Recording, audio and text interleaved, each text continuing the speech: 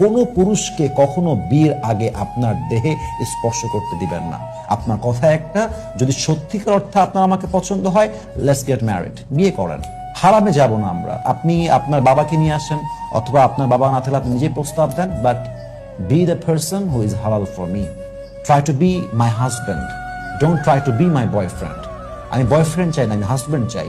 এবং বিশ্বাস রাখেন, যেই ছেলে বিশ্বস্ত, যে আসলে অনেস্ট, যে সত্যি ইসলামকে মানে, নবীর আদর্শকে আদর্শ হিসেবে মানে, সে আপনার বয়ফ্রেন্ড হতে চাইবে না। সে হতে চাইলে আপনার হালাল স্বামী হতে চাইবে, ঠিক কিনা বলেন?